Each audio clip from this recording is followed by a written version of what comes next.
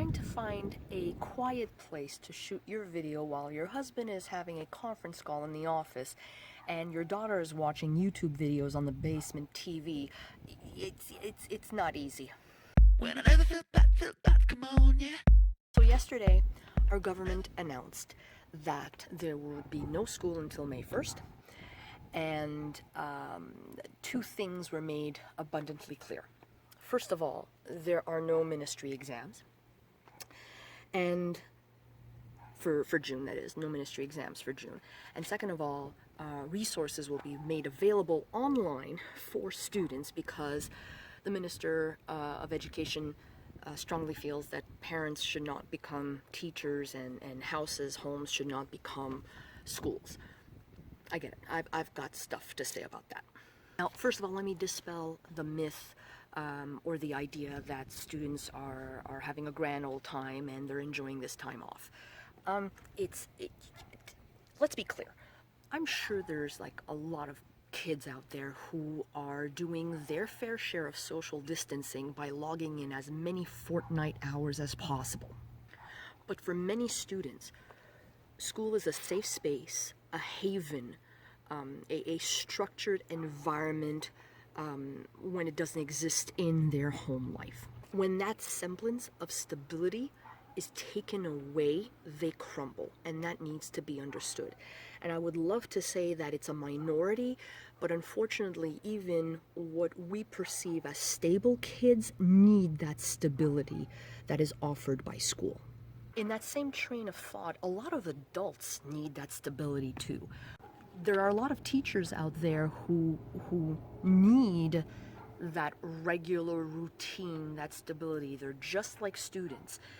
And in that same vein, that contact that exists between teachers and students is crucial and essential for learning. You take that away and learning does not happen. Now, my second thought has to do with the exams and removing the exams. Now, I'm sure some people are happy at the idea that they will not have an end-of-year history or French second language exam. But unfortunately, there are a lot of people who put a lot of value in those exams.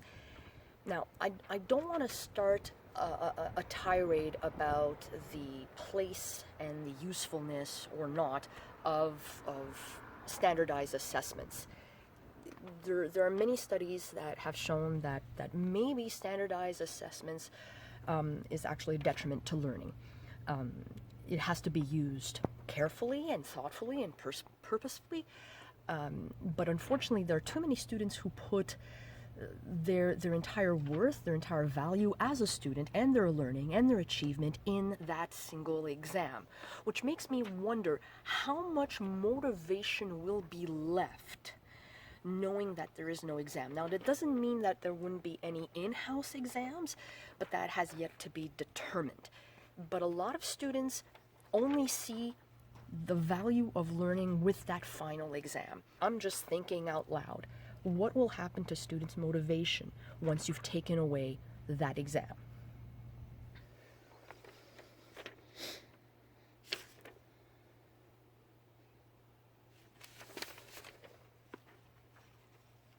Now, on a completely different note, my routine was way off last week. I was sleeping in until like 7:30, 8 o'clock, which is really weird for me.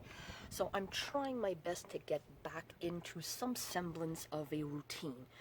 That being said, Madame la Prof is available to answer any of your questions. Whether it's a school-related question, whether it's just you would like to understand more what's happening here in my province, I'm available to help if you're a parent and you need some help for your kid.